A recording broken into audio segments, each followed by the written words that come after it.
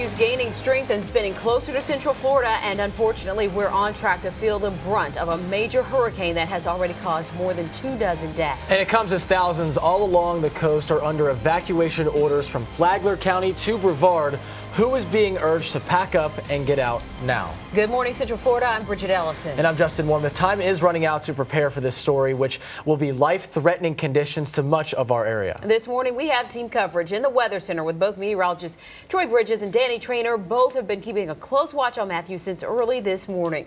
Yeah, guys, we came in bright and early, well, dark and early, pinpointing the very latest on this, and this is not a good setup. No. You've been through this for years. And we've seen things get worse from the projection that we got from the National Hurricane Center. We kind of shifted the eye a little bit more inland. Yeah, it continues on that track farther to the west, which is pretty much the worst case scenario for Central Florida. Let's get you right to that track. This came out at 5 o'clock, right at the top of the newscast here, and we gave it to you as soon as we got it. Here's what we're going to see with this. Now, I know you're looking at this thing curving around. We've got to get through today, this afternoon, and Friday. We get a little break through the weekend, and then there's a chance this thing could curve back and be a player for us sometime early next week. But let's focus on the imminent, and that is that we will likely see some of those first bands as early as 2 this afternoon with some heavier rain. But the real concern will be later tonight on into the early morning hours tomorrow and continuing through most of the evening on Friday as this Category 4 hurricane rides along the coast of Brevard, Volusia, and Flagler counties. Yesterday this time,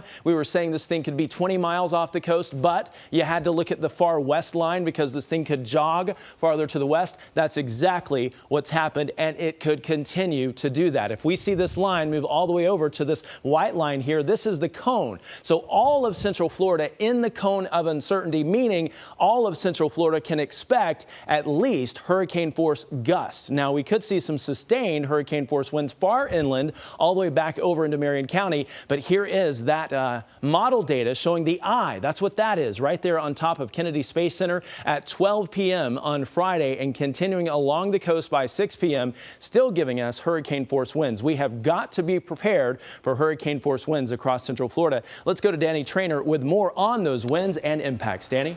You know, I want to point out what Troy pointed out there to you one more time, and that is by midnight, the center of the storm could be right over the Cape. All right?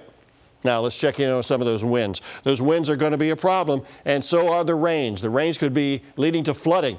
If you get 10 inches of rain in Melbourne, you definitely got flooding. Now, that's over, you know, a 36-hour period. 9 inches of rain out around the Cape, 7 inches of rain in New Smyrna Beach, Palm Coast. 8 inches of rain, maybe more than that. And look at Seminole County. Look at Orange County, 7 inches of rain. 7 inches of rain around Kissimmee and the Villages and Leesburg. Maybe not as much, still it's going to be a problem. Rain is going to be a problem here in Central Florida. But right now, let's find out what's going on with the roads around Central Florida. Here's Amy.